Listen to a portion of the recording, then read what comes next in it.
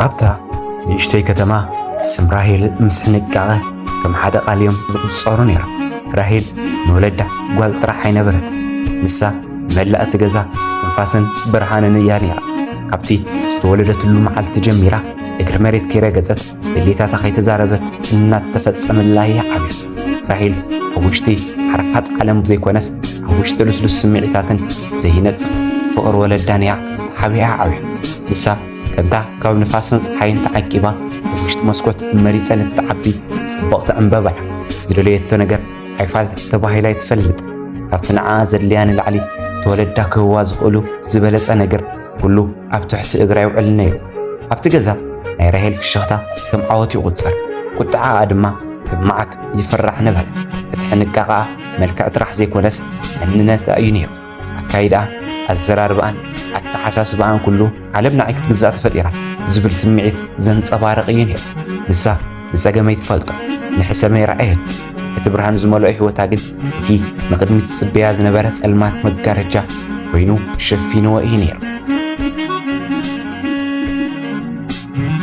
أما وقر هيل نديان زنبرا ركب كم ترى ولادن ولدن ترح أي نبرا كابتي سكلت العلي ستو من زي بتاتخن تمر جمدينير أديان راهيل كتمتان قلا رأسها طرح زي كونس المان تسبيتانيا ترئنيا راهيل دما عديا كمسلالن كم زي النواس عند حقونيا الترئاز نبر أتعدى راهيل كاو زخونني عالم كفاء نفاس نمكلخال كمولع تزرقح أيه عبيات راهيلي إلا كتصوع عن كلا ممساز نبر لوحات راهيل حبس عالم كفاء روزاي على نجر كم زي الليو زأمنانيو راهيل سدياخت كون كلا طرحيا ملؤ الناس السمعاني مستراتا فرحة حوسان كله أحوفي أدي أيو زفسس نير أدي أنا راهيل زي كونس نفسيات تنبر نير أدي أنا راهيل زي كونس نفسيات تنبر نير راهيل كتحمم كلا أدي آيات تملا نير راهيل كتسحقن كلا أدي برهانيو راهيل كتسحقن كلا دما يزديا ببرهانيو لا إذا ستبرك بيزي راهيل حيال صقع زهبا يمثل نبر منبر زي هديا تعرم ترجم كم زي باللايو زجبر زنبر أفتجزا زنفسه زحل نفاس يخون سواء على مو صحي زين كل التنفسات حبيرانين زحل فوق نيرا راهيل أتمرتها تجهت نبر بيتين قطرن مسحف تتفاتت كل عامات تقيمة قلات كتحفسن قرطات كتفتحن تجادل نبر كابتن سات تجبرت نبرت سعرة بجيسكا طيتها أبتسترس خون كم زنبر زطرها طري نبر كناخه اتوصيت مستدخامة فتصيمو أي متاطن النبر بملكعن بنابران دلنيا زنبرت راهيل أبقرمي اتيم سعاد ورقت جن عدل زحربت تتمثل نبر وراكوا اتسبلت أوصيت نممسا انت تقالدت ورقعون اتلوغن كتشبت ايكا عالت زي كونتات زي أوشتا نيبارو نسمعي تفتر نبر أدي أجن توصيت تحت مخانو أيكونن زرعيانير يقداس تقوالا تقبرز نبر الدخامن ጭንቀትንዩ ዘሕዝናን እዩ አትጨነቕ ራሄል ንኣኺ ጥዕና ይሃው ክንበር ትምህርቲ ስመጽዩ እናበለት እቲ ኣብ ትምህርቲ ዝሰኣነት ዓወት ተወሳኺ ፍቕርን ሕንቃቕን ክትክአላ ትስዕር ነበር ራሄል ኣብ ትምህርቲ ዘይረኸበቶ ሕጉስ መንነት ምስቲ ኣብ ትዲኣ ዘለዋ ስጡም ርክብ ራሕያት ትርእዮ ነይራ ራሄል ካብቲ ዝተዓደለ ሕንቃቕን مسديا زلوا سطم ركبن وصاي اسكالوت سبات زلوا ركب دما فلي نبر اب غصا كل غزي في الشختا يفليا مسبات كترዳዳ زوسدلا غزي اسيو حصيري نير مسبات زي زخنه قدما خنت كم بعلا غيرا سلت تقربم ولسف بقليل يفتوان يقربان نبر بحيلكو لبا 50 ورقات يبلوان نبر محزوز اوشتا تنقل ويكفى حلنا سلازي الا مسبات ون حقنيا لبا تقبلهم نيرا يزقنعنا أن لو هاتان لما يمسح السبا نبا كمانتك يسحبهم نبر سبات يسأخون وخلو سلاما الناس النتن يسمعهم نبر زي سبات بقللنا مقرب بحري أجن اللي تجزل لو سيفيني بتحدو جن زحت فتو تختفرن كلا بتحدو جن دما وكل سب كم على واحد يراسل تحسب بتنقل نخفقاتن تكلا خل زخل عامي صم أوشت أينب أتي سباس زلوا فوت لبي صباح نزمت صفتنا أفدق خون تمزق الجن شعو من يفلق نبرة ራሄል በሕፃንነታ ከላ በአብ ምስዓና ትምሰዲያ ዘለዋ ጥሙር ርክብ ካብ ምንታይ ከም ዝመንጨው ይርዳእ። ራሄል ንዝቐርባ ሰብ ጥራሕ ዘይኮነስ ንዝፈለጠቶ ሰብ እውን ካብ ልበያ ትነብር። ንጹህ ልቢ ንዝሓዘ ሰብ ንብረተይ ጥራሕ ዘይኮነስ ነፍሴ እውን ይህብ እዩ እናታ መምርሒ። እዚ ዘይስስል ለውሃታ ግን ካብ ሓደ ዓሚቕ ቁስሊ ዝመንጨወ እዩ ነይሩ። ገና ኳል 11 ዓመት እንከላ እቲ ጽላል ዝኾነ በኣ ዝነበረ ሕማም ብሞት ተፈሊዋ። ሽዑያ ራሄል ምፍልላይ ማለት እንታይ ማለት ምዃኑ ንፈለማ ግዜ ዝተረድኣቶ እቲ ብሞት ዝተሰረቐ ናይ ኣቦ ፍቕሪ ኣብ ውሽጣ ዓብዪ ባዶነት ገዲፍላ ሓለፈ። ኣድያ ነቲ ባዶነት ንምምላእ ሌትን መዓልትን እናተጋደለት ራሄል ክልተ ወለዲ ኮይና ዓብያት። እቲ ራሄል ንሰባት ኩሉ ነገር ክትገብረሎም እትጋደል ባህርያታ ምናልባት እውን ካልእ ሰብ ከምኣ ንኸይጉሂ ወይ ንኸይስእል ካብ ዘለዋ ድሌት ክኸውን ይኽእል እዩ።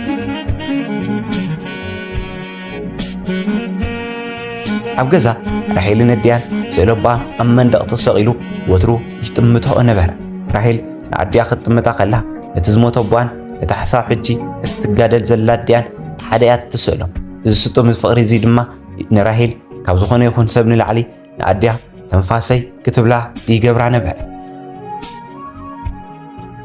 እቲ ንቡርን ዝለመደቶን ህይወታ ተቐይሩ ናብ ሓድሽ ምዕራፍ ተሰጋገረሉ ኩነታት ተፈጠረ። ዳኒ ምስኣ ኣብ ሓደ ግቢ ቤት ትምህርቲ ይመሃር እኳ እንተነበረ ንነዊሕ ግዜ ግን ከም ክልተ ዘይተላለዩ ጋሾት እዮም ነይሮም። ራሄል መሓስታ ተኸቢባ ዳኒ ድማ ኣብ ናታ ዓለም ኮይኑ ኣብቲ ሓደ ቀጽሪ እናተመላለሱ ተዘራሪዮም እኳ ፍጹመ ይፈልጡን ነበር። ንሳ ብዛዕባኡ ትፈልጦ ነገር ኣይነበረን። ንሱ እውን ሓንቲ ካብተን ሕንቁቓት ኣዋልድ ገይሩ ጥራሕ እዩ ዝሪኣ ነይሩ። ይኹን እምበር እቲ ዓመት ንራሄል ፍሊት ነበረት። እቲ ናይ መወዳእታ ክፍሊ ጸቕጢ፣ እቲ ዘይሰመረላ ዝነበረ ትምህርቲ፣ ከምኡ ድማ እቲ ካብ ኩልዕነት ናብ ብስለት ትሰጋገረሉ ስምዒት ኩሉ ተደማሚሩ ኣብ ውሽጣ ሓድሽ ሃንቀውታ ፈጢሩላ ነበር። ኣብቲ ዳኒ ምስኣ ክዘራረብ ዝጀመረሉ መዓልቲ ራሄል ካብ ዳኒ እትረኽቦ ፍሉይ ቃለቦ ክትሰኽረሉ ጀመረት። ዳኒ ንዓ ሓድሽ ዓለም እዩ ነይሩ። እቲ ምስ ኣድያ ጥራሕ ተሓፂሩ ዝነበረ ህይወታ ሕጂ ናብ ካልእ ሰብ ክዝርጋሕ ጀመረ። ዳኒ ብዛዕባ ራሄል ዝነበረ ተሓሕዛን ካብቲ ወለዳ ዝህብዋ ዝነበሩ ሕንቂ ኸወፃኢ ሓድሽ ዓይነት ስምዒት ዝሓዘ ነበረ። እቲ ክሳብ ሕጂ ተዓፂዩ ዝነበረ ናይ ልባ ማዕጾ ብዳኒ ክንኳኳሕ ምስ ጀመረ ራሄል ንዳኒ ጥራሕ ዘይኮነስ ነቲ ዝመጽእ ዘሎ ማዕበል እውን ኣፍ ደገ ተኸፍት ከም ዘላ ይተረዳእን ነይሩ። ካብታ መዓልቲ እቲኣ ጀሚሮም ራሄልን ዳንን ኣብቲ ግቢ ቤት ትምህርቲ ተፈላለዮም ይፈልጡን።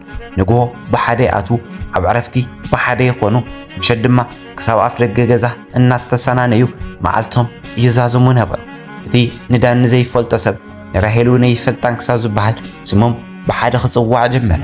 ራሄል ነቲ ካብ ኣድያ ጥራሕ ትረኽቦ ዝነበረት ፍቕሪ ሕጂ ካብ ዳኒ ብኣካል መልክዑ ክትረኽቦ ምስ ጀመረት ልባ ብሓድሽ ስምዒት ሰኸረ። ዳኒ ንዓ ኩሉ ነገር ክኸውን ጀመረ። እቲ ኣብ ትምህርቲ ዝነበረ ድኻሙ ይኹን እቲ ኣብ ውሽጣ ዝነበረ ሃንቀውታ ብዳኒ ዝተመልአ መሰላ። ዳኒ ድማ እቲ ንጹህ ልቢ ራሄልን ነቲ ንሰባት ዘለዋ ለውሃትን ተረዲዩ ንዓ ከም ዓይኑ ክሕልዋ ጀመረ። ቀስ ብቐስ እቲ ናይ ዕርክነት ሽም ተቐይሩ ኣብ ሓያል ፍቕሪ ጥሒሎም ዘይፈላለዩ መጻምዲ ተባሂሎም ተጸውዑ። ራሄል ንዳኒ ካብ ዝገልጽ ንላዕሊ ኣመነትሉ፣ ንሱ ንዓኣ ዓለማ ኾነ።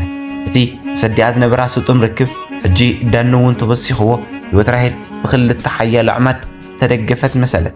እዚ ሓያል ፍቕሪ እዚ ግን ንራሄል ካብ መላእ ዓለም መግሊሉ ምስ ዳኒ ጥራሕ ከም እትተኣሳሰር ዝገበራ ነበር። ራሄል ንዳኒ ካብቲ ንቡር ንላዕሊ ፍቕሪ ከም መትከልን ከም ህይወትን እያ ትሪኦ ነይራ። ብዛዕባ ዳኒ ሓንቲ ሕማቕ ነገር እኳ ክሰማዕ ኣይትደልን። ዳኒ ንዓ ቅዱስ እዩ። ንዕኡ ዝተንከፈ ድማ ንዓ ከም ዝተንከፈ እያ ትቖፅሮ። እቲ ምስ ሰባት ብቐሊል ናይ ምርዳእ ባህርያታ ኣብ ምስ ዳኒ ምስ በፅሐ ግን ተዓፅወ። ንዳኒ ዝቃወም ወይ ብዛዕባኡ ክፋእ ዝዛረብ ሰብ ዋላ እኳ እታ ልዕሊ ነፍሳት ትፈትዋ ኣድያ ትኹን ጸላኢታ እያ ትቕየር። እቲ ኣብ መንጎ ራሄልን ዳኒን ዝነበረ ሓያል ርክብ ኣብ መወዳእታ ኣብ እዝኒ ኣድያ በፅሐ። ሓደ መዓልቲ ራሄል ሽነ ኮይና ምሳሕ ዝኸውን ሽውርቲ እናኸተፈትን ከላ ኣድያ ብዛዕባ እዚ ጉዳይ ክትዛረብ ጀመረት። ራሄል ጓል እዚ ወዲ እዚ ንዓኺ የድልየክን፣ ገና ንእሽቶ ኢኺ፣ ትምህርቲ ክተትኩር እዩ ዝግባእ በለታ ኣድያ ብለዋ። ራሄል ግን እቲ ድምፂ ኣድያ ከም ምኽሪ ዘይኮነስ ከም መጥቃዕቲ እያ ተቐቢላቶ። ህይወተይ ባዕለየ ዝመርሕ ዳኒ ንዓይ ኩሉ ነገረይ እናበለት ብምጭራሕ ክትምልስ ጀመረት። እተን 10ታት ዓመታት ዝጸንሐ ስጡም ፍቕሪ ደንጓልን ኣብ ውሽጢ ደቃይቕ ናብ ሓያል ጭቕጭቕ ተቐየረ። ኣዲኣ ድዳኒ ክትነቅፍ ከላ ራሄል ውሽጣ ሓዊ ክነድድ ጀመረ። እቲ ብሕንቃቐ ዝዓበየ ስምዒታት ሕጂ ንቁጥዕ ክትቆጻጸር ኣይከኣልን። ራሄል ስምዒታውነት ኮነት። ንምንታይ ከም ዝገበረቶ እኳ ከይተረድኣ በቲ ሽውርቲ ክትከትፈሉ ዝነበረት በሊሕ ካራ ንኣድያ ብናህሪ ወግአታ።